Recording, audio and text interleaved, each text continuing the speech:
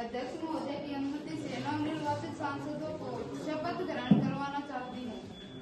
मैं भिवानी महेंद्रगढ़ लोकसभा निर्वाचन क्षेत्र से नवनिर्वाचित सांसद माननीय अनिता जी को शपथ ग्रहण करने के लिए आमंत्रित करती हूँ।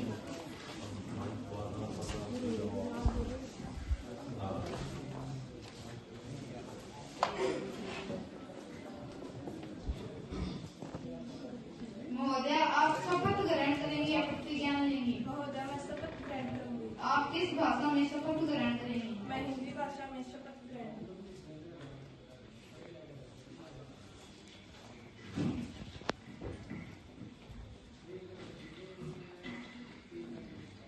मैं अनिता जो युवा संसद लोकसभा क्षेत्र भिवानी महेंद्रगढ़ लोकसभा की सदस्य निर्वाचित हुई हूँ, ईश्वर की शपथ लेती हूँ। विधि द्वारा स्थापित भारत के संविधान के प्रति श्रद्धा और निष्ठा रखूंगी, देश की प्रभुता एकता बनाए रखूंगी तथा जिस पद को मैं ग्रहण करने वाली हूँ उसके सभी कर्तव्यों का श्रद्धापूर्वक निर्वहन करूंगी। सर, मैं आपके पास कहाँ भेजूंगा?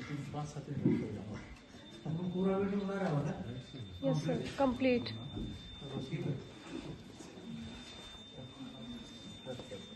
आपके पास कहाँ रेजिडेंट करने के लिए दोस्तों कभी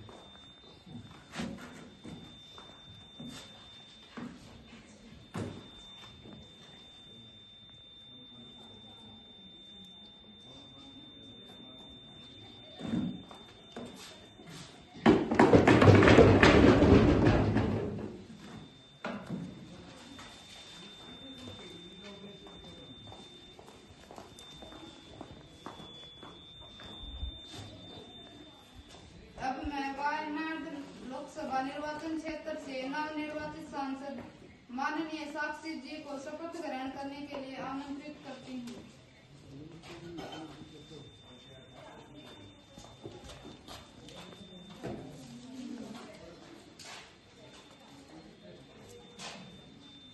महोदय, आप शपथ ग्रहण करेंगे या प्रतिज्ञा लेंगे? महोदय, मैं शपथ ग्रहण करूंगी। आप किस भाषा में शपथ ग्रहण करेंगे? मैं संस्कृत भाषा में शपथ ग्रहण करूंगी।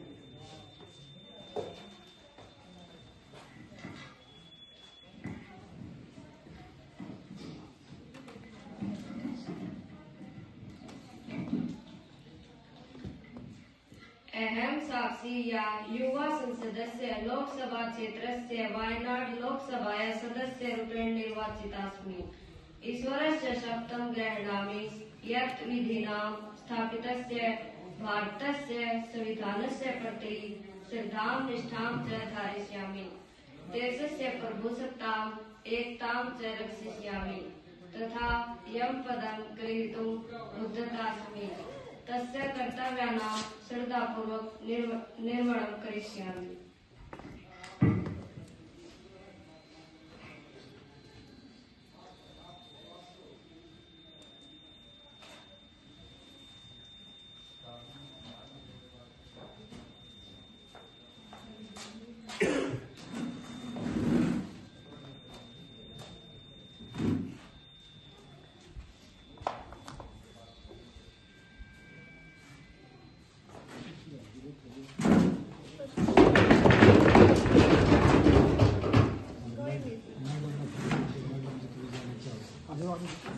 बैठ बैठ बैठ बैठ बैठे रखो, बैठे रहो, आप बैठे रहो, कोई चक्कर नहीं। अब मैं कर्नाटक लोकसभा निर्वाचन क्षेत्र से नवनिर्वाचित सांसद माननीय कुमारी कोमल को शपथ ग्रहण करने के लिए आमंत्रित करती हूँ।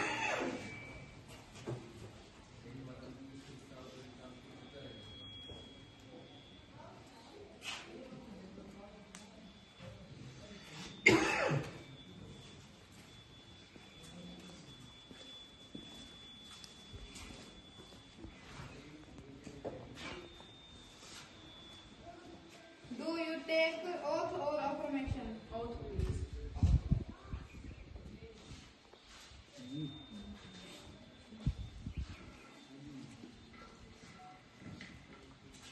Honorable Speaker, ma'am, I, Dr.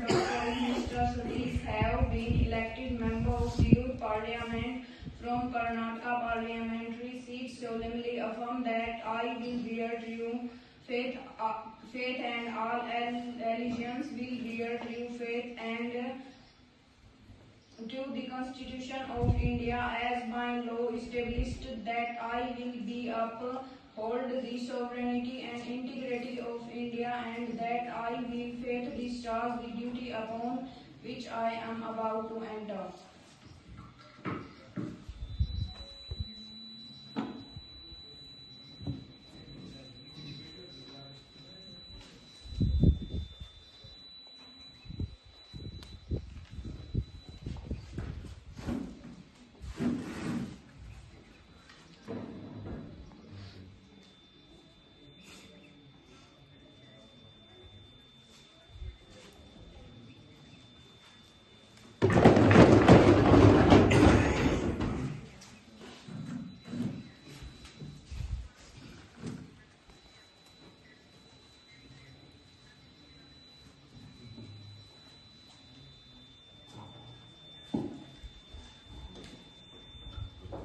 अब माननीय प्रधानमंत्री जी सदन के नए मंत्रियों का परिचय करवाएंगे। अध्यक्ष महोदय जी, मैं आपके माध्यम से मंत्री परिषद में शामिल नए मंत्रियों को सदन से परिचित करवाती हूँ। आप है कुमार राहुल जी, खेल राज्य मंत्री। आप है कुमार पुनीत जी, कृषि राज्य मंत्री।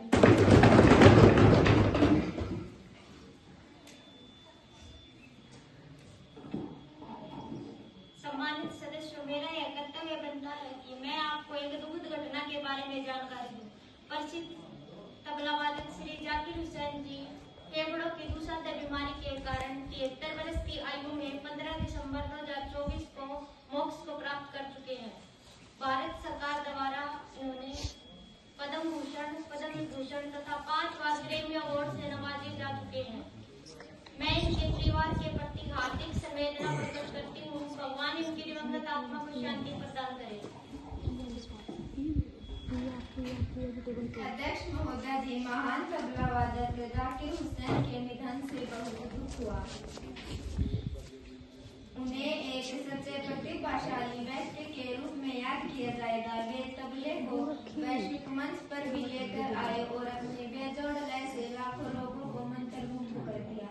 वे सांस्कृतिक एकता के प्रतीक थे। उनके परिवार, दोस्तों और संगीत समुदाय के प्रति मेरी हार्दिक शुभकामनाएं। माननीय अध्यक्ष महोदय जी, मैं आपके महान तबला वादक उस्ताद जाकिर हुसैन जी के निधन का समाचार बेहद दुखद है। उनका जाना संगीत जगत के लिए बड़ी क्षति है।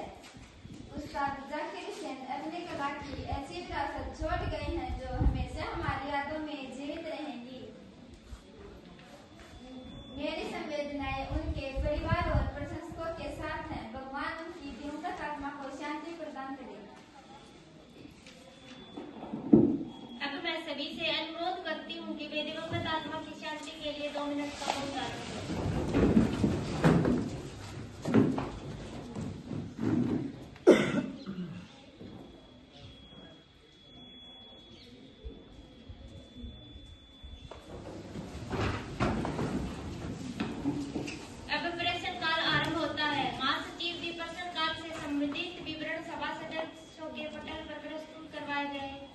जी अध्यक्ष महोदय।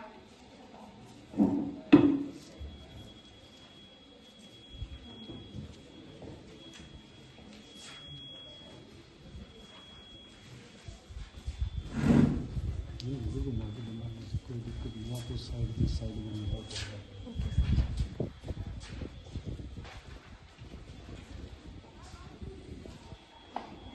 प्रश्न संख्या 101 माननीय सुजंता कुमारी जी। अध्यक्ष महोदय, मैं माननीय प्रधानमंत्री जी से पूछना चाहती हूँ कि जब से इस सरकार ने कार्यभार संभाला है, देश में महंगाई ने पिछले सारे रिकॉर्ड भंग कर डाले हैं। इस कमरतोड़ महंगाई ने गरीब आदमी का दिवाला छीनने में कोई और कसर नहीं छोड़ी है तथा इसकी तरफ से सरकार आंखें बंद करके बैठी हुई है। यदि प्रधानमंत्री जी ऐसा नहीं मानती हैं, तो क्या यह बताने का प्रयास करेंगे कि देश में महंगाई क्यों बढ़ रही है? जैसा कि कहावत है, गरीब आदमी को दाल रोटी खाकर गुजारा करता है, किंतु आज दालों के आसमान छूते भाव से यह गरीब ही नहीं अपितु मध्य वर्गीय समाज की पहुंच से भी दूर होता जा रहा है। क्या प्रधानमंत्री जी इस संबंध में आपकी सरकार ने कोई ठोस उपाय ढूंढे हैं? माननीय प्रधानमंत्री जी जवाब दें। अध्यक्ष महोदय जी, मैं अपने साथी की बात से सहमत हूँ कि आज देश में महंगाई लगातार बढ़ रही है, किंतु मैं इस बात से कतई सहमत नहीं हूँ कि सरकार इसके समाधान की तरफ कोई ध्यान नहीं दे रही। इस विषय के प्रति सरकार अति गंभीर है। मैं यह मानती हूँ कि वर्तमान महंगाई वैश्विक मंदी तथा यूक्रेन व रूस के मध्य युद्ध का परिणाम है। वैश्विक मंदी के कारण संपूर्ण विश्व के साथ साथ भारत में भी उत्पादन व वितरण की प्रणाली पर विपरीत प्रभाव पड़ा है, जिसके कारण पूरा विश्व महंगाई की मार सह रहा है। सरकार ने महंगाई की रोकथाम हेतु अपने स्तर पर पूर्ण प्रयास किए हैं तथा कालाबाजारी को रोकने हेतु उचित कदम उठाए हैं। सरकार महंगाई पर चर्चा करने हेतु 30 जनवरी 2025 को सर्वदलीय बैठक बुलाकर चर्चा करने जा रही है। विपक्ष से माननीय सुरेंद्र जी।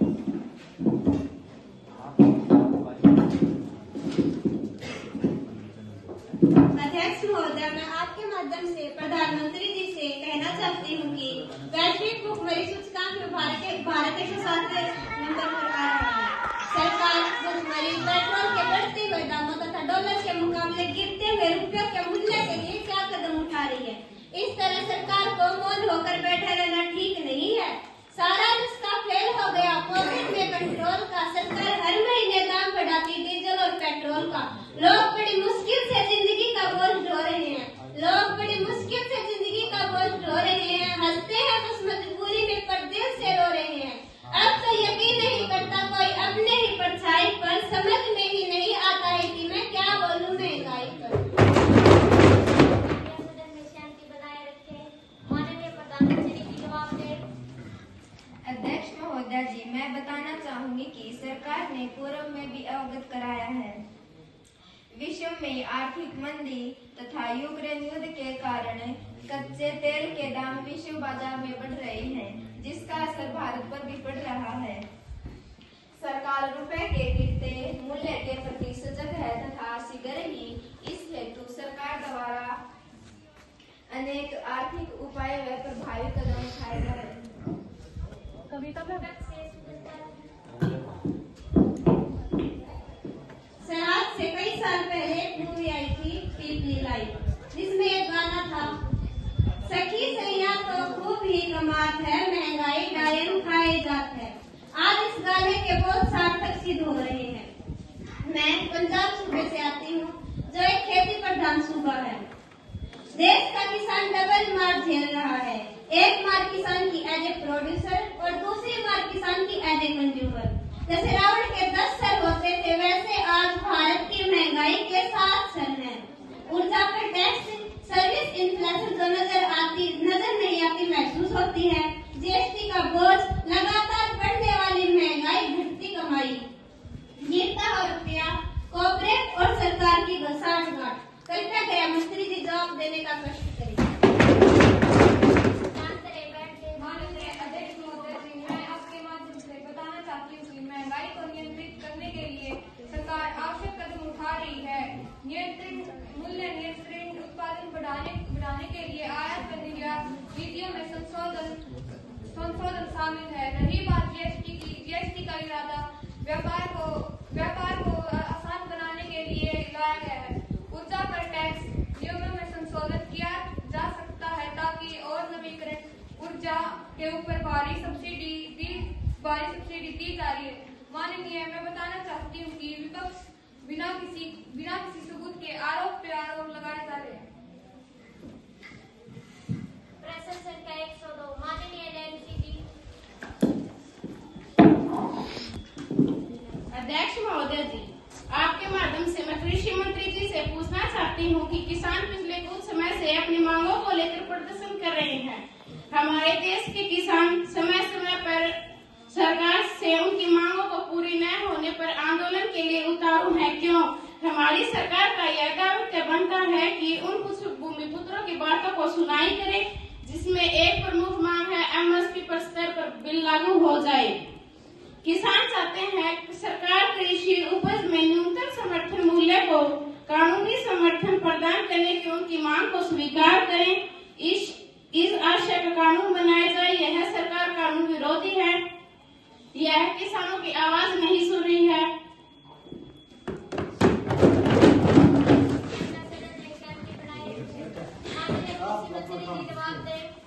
मैं कृषि मंत्री अध्यक्ष महोदय आपके माध्यम से नैन्सी जी का ध्यान सरकार की उन योजनाओं की ओर दिलाना चाहती हूँ जिससे सरकार की स्थिति न किसानों की स्थिति में सुधार आया है। प्रधानमंत्री किसान सम्मान निधि योजना जो 24 फरवरी 2024 को शुरू की गई, इसके तहत प्रति वर्ष 6,000 रुपए का वित्तीय लाभ डायरेक्ट किसानों के खातों में ट्रांसफर किया जाता है। प्रधानमंत्री किसान मान धन योजना जो 12/9/2019 से शुरू हुई, इसके तहत सीमांत किसानों को पेंशन व लाभ प्रदान करना है। नए 10,000 AFO का गठन और संवर्धन और माननीय इस तरह की बहुत सी योजनाएं हैं जिसे किसानों की स्थिति को सुधारने के लिए बनाया गया है। अध्यक्ष महोदय जी, विपक्ष सरकार इन योजनाओं की तारीफ करता है कि उनके द्वारा योजनाओं का क्रियान्वयन किया गया है, तो अब एमएसपी पर बनाने के क्या हर्ज है। भूखा पेट अब खेती से बढ़ता नहीं, भूखा पेट अब खेती से बढ़ता नहीं, घर का खर्च अब खेती से चलता नहीं। जन्म मिट्टी में लेकर दफन होते थाल में, भूखे मरते हैं हम बाढ़ और अकाल में, भूखे मरते हैं हम बाढ़ और अकाल में। इससे भी तो किसानों की स्थिति में सुधार होगा। माननीय, मैं सरकार का ध्यान दिलाना चाहती हूँ कि अगर एमएसपी पर बिल लागू हो जाएगा तो इससे किसानों की स्थिति में और ज्यादा सुधार होगा। जैसे फसलों की कीमत तय की जाएगी, एमएसपी कानून बनने से सभी फसलों की खरीद की गारंटी होगी, किसानों को बाजार में उतार चढ़ाव से बचाया जाएगा।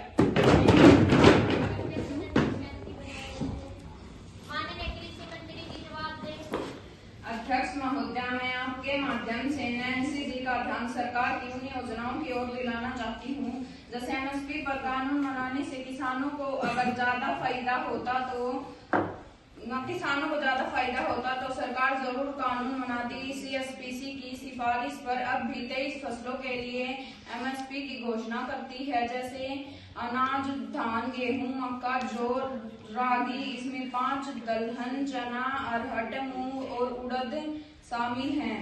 वहीं 4 नकदी, कपास, गन्ना, खोपरा और कच्चा जूट की फसलें हैं। अभी तक सरकार सीएसपीसी के जरिए एमएसपी तय करती है। फसलों के समर्थन मूल्य को तय करने के लिए एक कमेटी है जिसके अलग अलग सदस्य होते हैं। उनमें कुछ किसान भी शामिल होते हैं जो एमएसपी को लेकर किसान आंदोलन कर रहे हैं। उनसे उनका ज्यादा भला नहीं होगा, बल्कि सरकार को एक ऐसी योजना बनानी चाहिए कि किसान न्यूनतम समर्थन मूल्य के सहारे न रहकर अधिकतम समर्थन मूल्य को खुद को फोकस करें। प्रश्न संख्या 103 माननीय शीतल कुमारी जी। अध्यक्ष महोदय, मैं आपके माध्यम से शिक्षा मंत्री का ध्यान वर्तमान में नीट पेपर लीक की तरफ दिलाना चाहती हूँ। जैसा कि हम सबको मालूम है कि देश की बड़ी परीक्षा में से एक परीक्षा नीट, यूपीएससी तथा जेईई की होती है। हर वर्ष लाखों परीक्षार्थी इन परीक्षाओं में बैठकर डॉक्टर, इंजीनियर और प्रशासनिक अधिकारी बनने का सपना देखते हैं। वर्तमान की ही बात करें तो 2024 में नीट परीक्षा का पेपर लीक हुआ। महोदय जी, इतनी बड़ी परीक्षा में इतना बड़ा घोटाला कुछ एक छात्रों के फायदे के लिए क्या इस तरह पेपर लीक करवाना उचित है? मैं शिक्षा मंत्री जी से पूछना चाहती हूँ कि ये घोटाला पहले से ही चल रहा है या अभी इस मामले का खुलासा होने पर ही पता चला है? एलियन और आकाश जैसी कोचिंग संस्थाओं में हर वर्ष लाखों विद्यार्थी घर से दूर रहकर और पानी की तरह पैसा बहाकर कोचिंग लेते हैं। गरीब माता पिता तो कोचिंग करवाने के नाम पर लाखों रुपए का खर्चा लेते हैं। मैं शिक्षा मंत्री जी से पूछना चाहती हूँ कि पढ़ने वाले होनहार छात्र बढ़िया डॉक्टर न बने तो इस स्थिति में देश का भविष्य क्या होगा?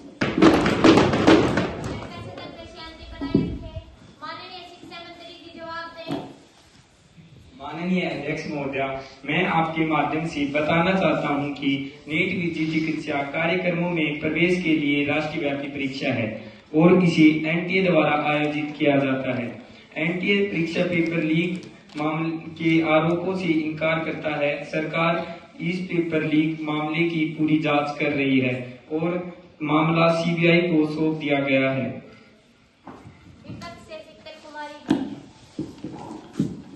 अध्यक्ष महोदया जी, क्या शिक्षा मंत्री जी सदन के माध्यम से जनता को बताना चाहेंगे कि सीबीआई की रिपोर्ट में पेपर लीक की रिपोर्ट सकारात्मक आती है तो क्या पेपर दोबारा होंगे? यह तो उन छात्रों के लिए बहुत बड़ी मानसिक परेशानी होगी जिनका इस मामले से कोई संबंध नहीं है।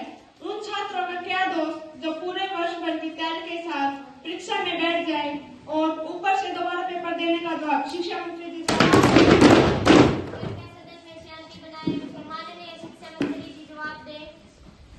एनटीए द्वारा पिछले 7 सालों में 240 से ज्यादा परीक्षाएं आयोजित बिना विवाद के आयोजित की गई हैं, तो सरकार भरोसा दिलाती है कि जांच पारदर्शी होगी और आरोप सच पाए गए तो दोषियों को कड़ा दंड दिया जाएगा।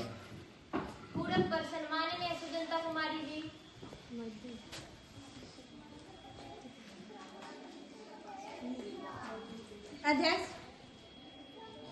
अध्यक्ष महोदया, मैं आपके माध्यम से माननीय प्रधानमंत्री जी से पूछना चाहती हूँ कि अभी हाल ही में सीकर में स्थित उत्कर्ष कोचिंग संस्थान में सीवरेज गैस लीकेज के कारण 12 छात्र बेहोश हो गए तथा कुछ माह पहले यूपीएससी की कोचिंग करने वाले 3 छात्र छात्राएं लाइब्रेरी की कोचिंग संस्थान की लाइब्रेरी में पानी घुसने के कारण डूब गए तथा उनको अपनी जान से हाथ धोना पड़ा। सरकार इन कोचिंग संस्थानों के खिलाफ कड़े कानून क्यों नहीं बनाती और अगर कानून बने हैं तो उनको कठोरता से लागू करने का प्रावधान क्यों नहीं है? जवाब दो। प्रधानमंत्री जी को बोलने दें। अध्यक्ष महोदया जी, ये सभी मामले सरकार के संज्ञान में आए हुए हैं। सरकार उन सभी कोचिंग संस्थानों के खिलाफ कड़ी कार्रवाई करेगी जो बिना कानून का पालन किए अवैध तरीके से कोचिंग क्लासेस चला रही है। विपक्ष से शीतल कुमारी जी। अध्यक्ष महोदया, मैं आपके माध्यम से शिक्षा मंत्री जी से पूछना चाहूंगी कि एनटीए में सुधार के लिए भी क्या शिक्षा मंत्रालय द्वारा कोई कार्य किया जा रहा है? क्योंकि अगर यही स्थिति रही तो भविष्य में एनटीए द्वारा आयोजित परीक्षाओं को संदेहपूर्ण दृष्टि से देखा जाएगा। सिर्फ जुमलेबाजी से काम नहीं चलेगा साहब, इस बारे में कोई ठोस स्पष्टीकरण दें। माननीय शिक्षा मंत्री जी जवाब दें। माननीय अध्यक्ष महोदया, मैं आपके माध्यम से सदन को ही नहीं वरन पूरे देश को बताना चाहता हूं कि एनटीए अगले साल से नहीं कराएगी भर्ती परीक्षाएं, वह अब उच्च शिक्षा के प्रवेश की परीक्षाएं ही कराएगी। इसके कामकाज में बदलाव भी लाया जाएगा। अब सिर्फ सरकारी संस्थानों, कॉलेजों व स्कूलों को परीक्षा केंद्र बनाया जाएगा। परीक्षा में गड़बड़ी रोकने के लिए राज्यों और जिलों को परीक्षा प्रक्रिया से जोड़ा जाता है। साथ ही इन परीक्षाओं को साइबर खतरे के लिए से बचाने के लिए राज्यों को साइबर एजेंसियों की मदद दी जाएगी। जिन परीक्षाओं का प्रशासनिक जिम्मा शिक्षा मंत्रालय के पास था, उस सभी को हमने कंप्यूटर आधारित कराने के लिए नीट की प्रशासनिक एजेंसी स्वास्थ्य मंत्रालय है। ऐसे में हम इसे लेकर स्वास्थ्य विभाग को फैसला लेना है। अब प्रश्नकाल समाप्त होता है और शून्यकाल आरंभ होता है। माननीय हेमू शर्मा जी अपना मुद्दा उठाए। माननीय अध्यक्षा जी, हमारे देश में वर्तमान में हालात है कि सरकार ने सभी प्रमुख संस्थानों को अपने हाथों की कठपुतली बना रखी है। सीबीआई व ईडी जैसी संस्थाओं का दुरुपयोग केंद्र सरकार राज्यों में केवल अपनी सरकारें बचाने के लिए कर रही है। पूरे देश में सरकार के विरुद्ध आवाज उठाने वालों की आवाज दबाने के लिए बड़े बड़े राजनीतियों, समाज सेवकों तथा व्यापारियों पर आए दिन छापे डलवा रही है। मेरा आरोप है कि सरकार केवल और केवल अपनी सरकारों को बचाने की हित के लिए व वोट बैंक की राजनीति के लिए इन संस्थाओं का दुरुपयोग कर रही है, जो कि लोकतंत्र के लिए सही नहीं है। यह लोकतंत्र की हत्या करने जैसा है। अतः मेरा सरकार को सुझाव है कि सरकार शीघ्रता से इन राजनीति से प्रेरित कार्यों को बंद करे तथा सीबीआई व ईडी जैसी संस्थाओं को स्वतंत्रता पूर्ण कार्य करने दे। साथ ही चल रही जांचों को पुनः नए सिरे से शुरू करें और इन संस्थाओं की स्वायत्तता के लिए यथाशीघ्र विधेयक करवाए जाएं।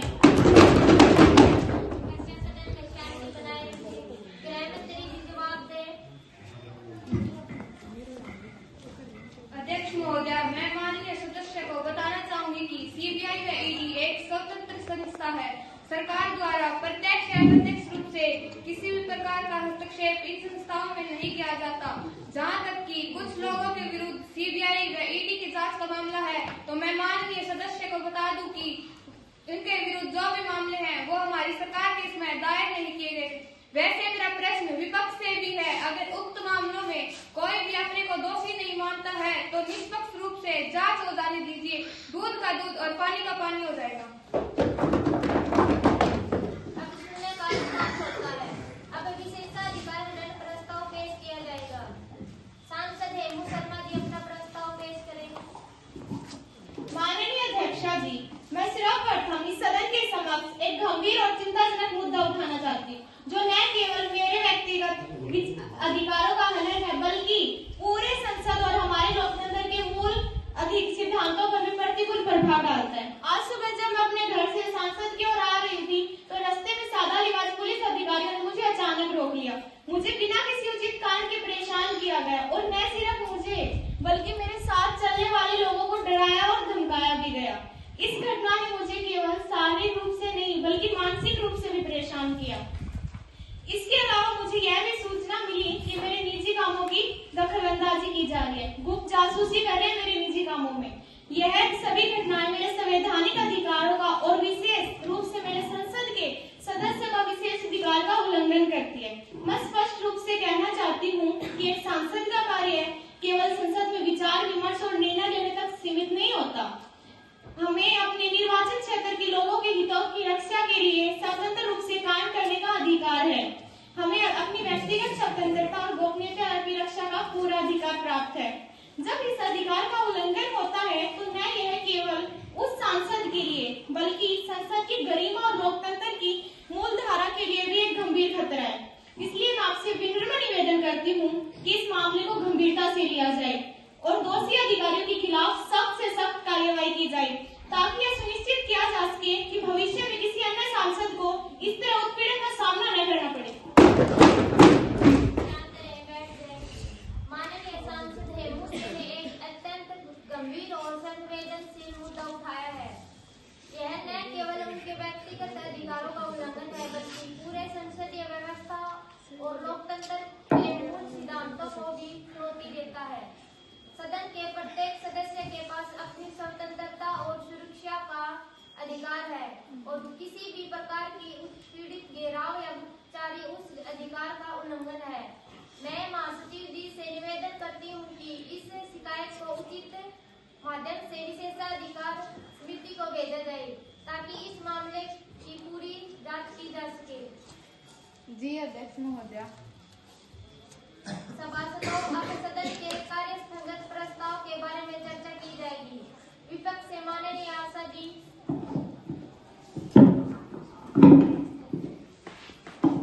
माननीय अध्यक्ष महोदया जी, मैं आपके माध्यम से दिल्ली क्षेत्र के बढ़ रहे प्रदूषण की तरफ ध्यान दिलाना चाहती हूँ।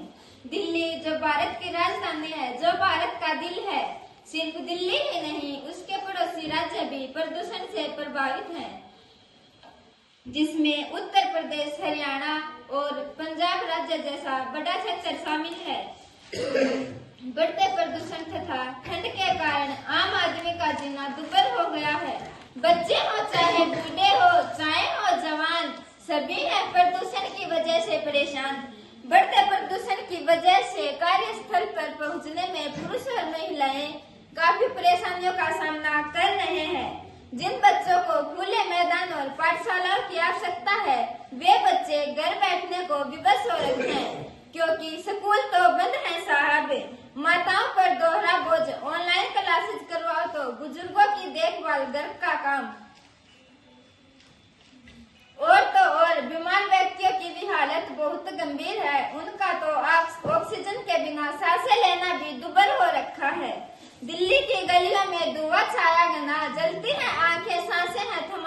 जलती है आंखें, सांसें है थमा थमा। आकाश धुंधला सूरज छिपा है नजर में, आकाश धुंधला सूरज छिपा है नजर में। प्रदूषण की मार शहर को कर रही है बेकरार। मैं इस गंभीर मामले के कारणों पर चर्चा करने के लिए चाहूंगी कि सदन की कार्यवाही रोक दी जाए ताकि मेरे इस प्रस्ताव पर सदन में विचार विमर्श किया जा सके। अब प्रश्न यह है कि माननीय सदस्य को सदन में प्रस्ताव पेश करने की अनुमति दी जाए या नहीं। जो इसके पक्ष में है वो कृपया अपने हाथ खड़ा करें।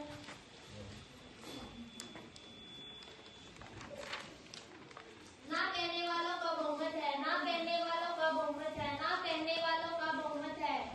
आदरणीय सभासदों, आशा जी द्वारा पेश किया जाने वाला प्रस्ताव 16 के मुकाबले 23 मतों से हारता है। अब कार्य स्थगन प्रस्ताव समाप्त होता है।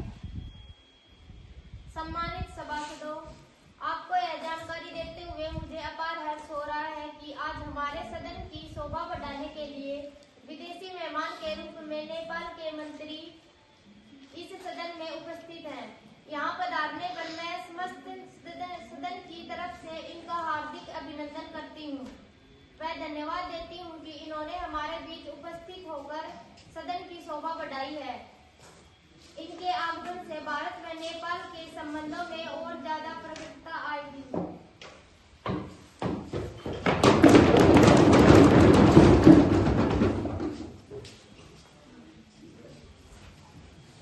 उपस्थित सभासदों, सदन के पटल पर रखे जाने वाले विषय प्रस्तुत किए जाते हैं।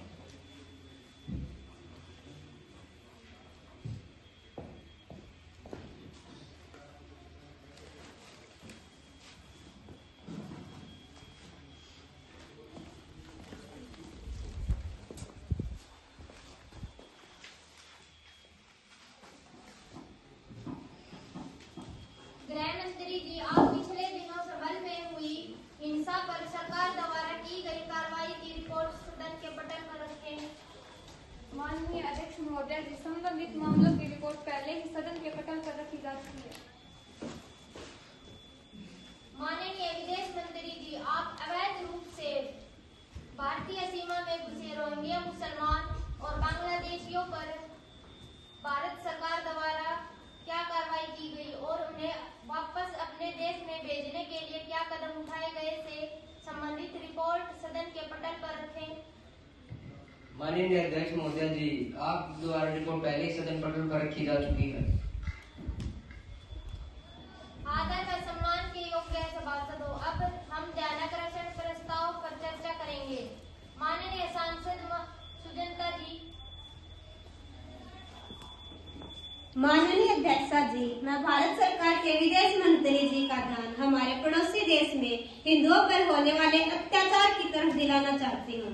माननीय बांग्लादेश में प्रधानमंत्री शेख हसीना के सत्ता से हटने के बाद हिंदुओं की जो अल्पसंख्यक आबादी है उनको तरह तरह से प्रताड़ित किया जा रहा है। बांग्लादेश में हिंदू अल्पसंख्यकों के साथ लूटपाट, आगजनी, मंदिरों को अपवित्र किया जाना तथा यौन हिंसा जैसी घटनाओं का होना बड़ी शर्मनाक स्थिति है। इस तरह की घटनाओं से हमारे यहाँ बहुसंख्यक हिंदू आबादी की भावनाओं को ठेस पहुँचती है। महोदया, हमारे यहाँ अल्पसंख्यक आबादी में मुस्लिम, सिख, ईसाई, जैन तथा पारसी जैसे धर्मों के लोग सम्मान के साथ रहते हैं तथा पड़ोसी मुल्क में सैकड़ों निर्दोष हिंदुओं को बेवजह मारने जैसी घटनाएं हमारे यहाँ भी सांप्रदायिक वैमनस्य को बढ़ावा देती है, जो देश हित के लिए कतई सही नहीं है। मैं माननीय विदेश मंत्री जी से पूछना चाहती हूँ कि ऐसी घटनाओं को रोकने के लिए हमारी भारत सरकार कौन कौन से कदम उठा रही है, जो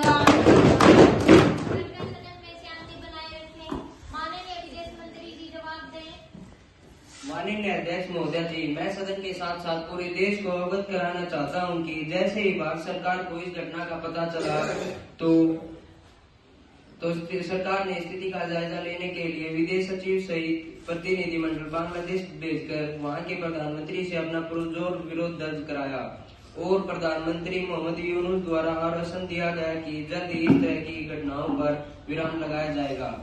अध्यक्षा जी, मैं सदन को अवगत कराना चाहता हूं कि हिंदुओं पर होने वाले अत्याचार को रोकने के लिए ठोस कदम उठाएंगे। अगर बातचीत द्वारा समाधान नहीं निकलता है तो हम इस मुद्दे को यूएनओ में लेकर जाएंगे और बांग्लादेश के साथ हमारे जो भी व्यापारिक तथा आर्थिक संबंध हैं उनको कुछ समय के लिए प्रतिबंधित किए जाएंगे। अगर फिर भी कोई समाधान नहीं निकलता है तो मानवर मैं बताना चाहता हूं कि भारत एक बड़ी ताकत के रूप में उभर रहा है।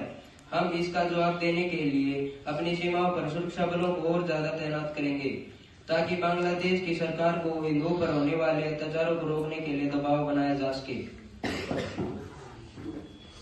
विपक्ष से माननीय सुजनता जी। अध्यक्ष महोदय, सरकार क्या माकूल जवाब देगी? मैं आपके माध्यम से पूछना चाहूंगी कि सांप निकलने के बाद लकीर पीटने से कुछ काम होता है क्या? नहीं है। मान्यवर जी, क्या यह हमारी विदेश नीति की विफलता नहीं है कि एशिया का एक छोटा सा देश भारत जैसी महाशक्ति को आंखें दिखा रहा है? ऐसे में उन तमाम हिंदुओं की मौत का जिम्मेदार कौन होगा? जवाब दो।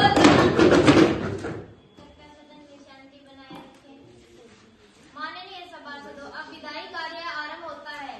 विधि मंत्री जी इस विधेयक पर चर्चा करेंगे।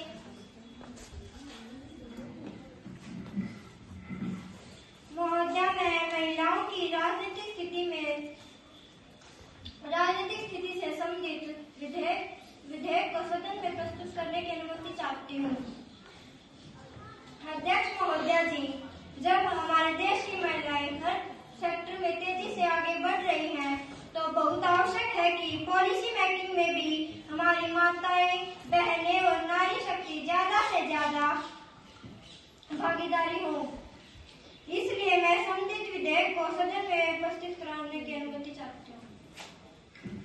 माननीय सदस्य, संबंधित विधेयक सदन में लाने की अनुमति दी जाए या नहीं? जो सदस्य इसके पक्ष में है वो अपना हाथ खड़ा करें।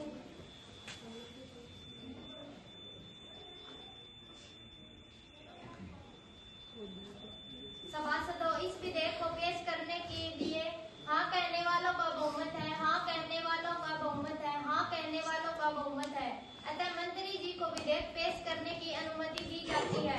विधि मंत्री जी विधेयकों के प्रति सभी सांसदों को उपलब्ध करवाई जाए।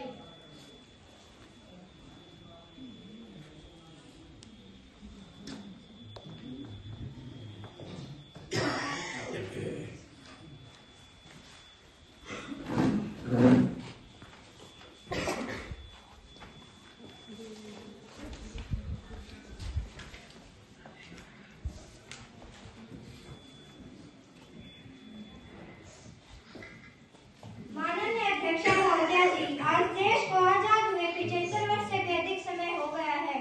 हमारे संविधान द्वारा समानता का अधिकार दिया गया है, परंतु वास्तव में समानता दिखाई नहीं देती। देश की कुल जनसंख्या में महिलाओं की आधी आबादी है, परंतु हमारे देश की महिलाओं की राजनीतिक भागीदारी न के बराबर है।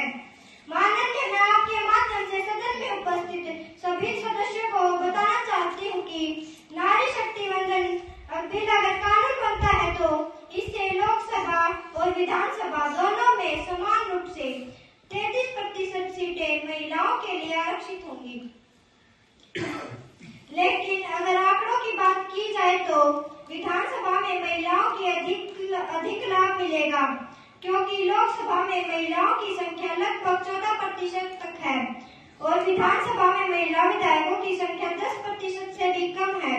अगर मैं हिमाचल प्रदेश की बात करूं तो फिलहाल 2022 में जब चुनाव हुए तो 68 विधायकों में सिर्फ एक ही महिला विधायक बन पाई। ऐसा क्यों? मेरा तो मानना है कि आज देश की हमारी महिलाएं राजनीति से बहुत दूर हैं। मैं नारी के सम्मान में 2 पंक्तियां सुनाना चाहूंगी। नारी शक्ति तेरा वंदन है अभिनंदन है। नारी शक्ति का मान बढ़ेगा, भारत का सम्मान बढ़ेगा, शान बढ़ेगी, आन बढ़ेगी, नारी की पहचान बढ़ेगी। सपनों को पंख लगेंगे, घर के आंगन तक नहीं रुकेंगे, नारी को अधिकार मिलेंगे, मिलजुल कर काम करेंगे। नारी शक्ति तेरा वंदन है अभिनंदन है। सांसदों, अब नारी शक्ति वंदन अधिनियम 2023 के वित्त वाचन की बहस आरंभ होती है। प्रधानमंत्री जी अपना वक्तव्य दे। माननीय अध्यक्ष जी, नारी शक्ति वंदन जो विधेयक नारी शक्ति वंदन विधेयक जो सदन में लाया गया है उसकी भावना बड़ी उत्तम है। यदि अब भी महिलाओं की स्थिति में सुधार नहीं हुआ तो आगे आने वाले समय में इसके भयानक परिणाम होंगे। मैं मानती हूँ कि इस प्रस्तुत विधेयक नारी शक्ति को समान अधिकार एवं अवसर दे रहा है। मैं चाहती हूँ कि वे देश का नेतृत्व करे। यह सिर्फ एक विधेयक नहीं है, उन सभी महिलाओं का सम्मान है जिन्होंने देश को आगे बढ़ाया है एवं भारत को सुदृढ़ और समृद्ध बनाने में अपना योगदान दिया। विपक्ष से माननीय ममता कुमारी जी।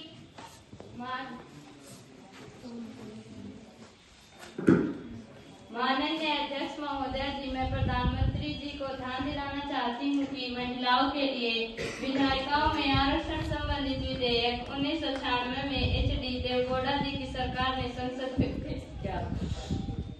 हर सरकार ने इसे पारित कराने की कोशिश की। यूपीए सरकार 2010 में इसे राज्यसभा में पारित कराने में जरूर सफल रही, लेकिन यह विधेयक लोकसभा में अटक गया। असल में हमारे पुरुष प्रधान समाज में इस तरह के विधेयक का पारित होना असंभव सा प्रतीत होता है।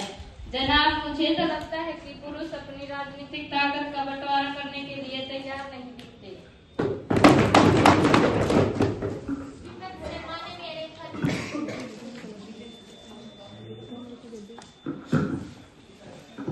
अध्यक्ष महोदय जी, मेरा तो मानना है कि वर्तमान में महिला शैक्षिक, आर्थिक व सामाजिक रूप से काफी सशक्त हुई है। हमारे देश की महिलाएं विभिन्न क्षेत्रों में देश का परचम लहरा रही है, चाहे वह सेना में हो, खेल, चाहे शिक्षा और विज्ञान में। हमारे देश की प्रधानमंत्री इंदिरा गांधी क्या आरक्षण की वजह से प्रधानमंत्री बनी? नहीं, मेरा तो यह मानना है कि शिक्षित महिलाओं को किसी विशेष संरक्षण की आवश्यकता नहीं है। आज पहले से ही महिलाओं की सशक्तिकरण के लिए बहुत कानून बने हुए हैं और वह दिन दूर नहीं जब महिलाएं लोकसभा और विधानसभाओं में 33% होंगी। मेरा तो मानना है कि वे आधे से भी अधिक होंगी।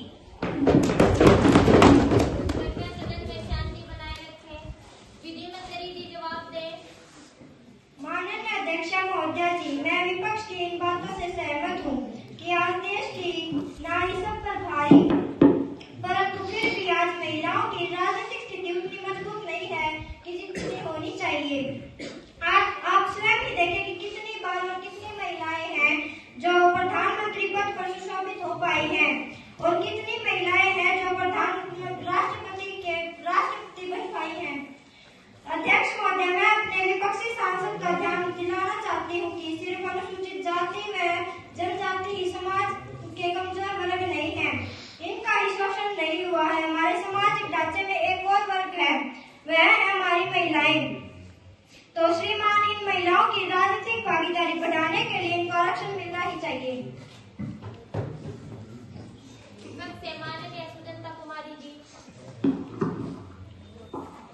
अध्यक्ष महोदय, मैं आपके माध्यम से विधि मंत्री जी का ध्यान दिलाने के लिए बताना चाहूंगी कि यदि महिलाओं को 1/3 आरक्षण दिया जाता है तो पिछड़े वर्ग की महिलाओं को भी आरक्षण का फायदा मिलना ही चाहिए। माननीय नारी शक्ति वंदन विधेयक में तो अनुसूचित जाति तथा जनजाति महिलाओं के लिए आरक्षण का प्रावधान है, लेकिन मैं मानती हूँ कि पिछड़े वर्ग की महिलाएं आज भी सामाजिक, आर्थिक तथा शैक्षिक दृष्टि से कमजोर हैं। नहीं चाहिए आरक्षण इसलिए कि कमजोर हूँ मैं, चाहिए क्योंकि देश का सपोर्ट हूँ मैं। प्रधानमंत्री जी इस पर प्रकाश डाले। अध्यक्ष महोदय जी, जब बात होती है महिलाओं के आगे बढ़ने की तो उनके आगे बढ़ने की बात पर तरह तरह की बातें करके उनको आगे बढ़ने से रोकते हैं। माननीय 1/3 सीटें तो आरक्षित होंगी और बाकी सीटों पर चाहे जितनी महिलाएं चाहे वह किसी भी वर्ग की हो आएंगी और हमारे देश की शोभा बढ़ाएंगी। आज की नारी बहुत आगे है, अगर थोड़ा सा भी प्रयास किया जाए तो सबको संबल मिलेगा। मैं मेरे मन के भाव को कविता के माध्यम से प्रस्तुत करना चाहूंगी। जहाँ झांसी की मनु उठा तलवार बनी थी लक्ष्मीबाई की, जहाँ झांसी की मनु उठा तलवार बनी थी लक्ष्मीबाई, उसी तरह पर आज की नारी फिर क्यों है सकुचाई। तुमने तो है बहुत सहा कि तुमने तो है बहुत सहा, नहीं मिला बराबर का मान, मिला कदम उन पुरुषों से बड़ा नारी का सम्मान। विपक्ष से माननीय प्रियंका जी। अध्यक्ष महोदय जी, मैं महिला आरक्षण के विधेयक के समर्थन में तो हूँ, पर जब बात होती है महिला आरक्षण 1/3 की, तो मैं कहना चाहती हूँ कि हमारी मुस्लिम महिलाएं जो आज तक जुल्मों की शिकार रही है, अल्पसंख्यक आबादी से संबंध रखती है, मेरा तो यही मानना है कि स्त्रियों की बराबरी और मान सम्मान की बात होती है तो महिलाओं के लिए कम से कम 5% आरक्षण की बात रखती हूँ। हमारे मुस्लिम समाज में पर्दा, बुर्का, तलाक जैसी कुप्रथाएं हाल ही में कानून बनने से दूर हुई है। हम आज भी फिर भी निर्बल है, तो मैं चाहती हूँ कि कम से कम 5% आरक्षण दिया जाए।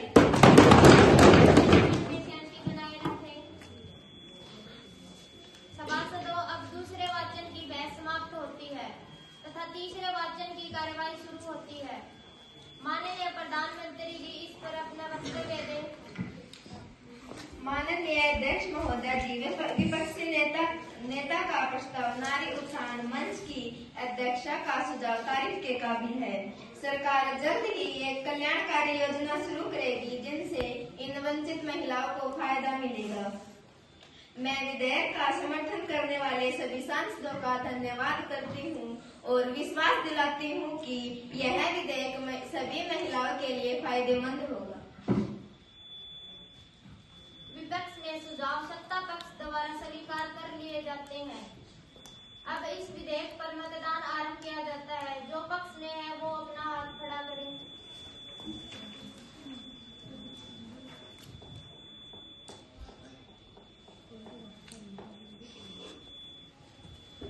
यह विधेयक सर्वसम्मति से पारित किया जाता है। महासचिव जी इस विधेयक को ऊपरी सदन में कार्रवाई हेतु भेज दें। जी अध्यक्ष महोदया। इसी के साथ सदन की कार्रवाई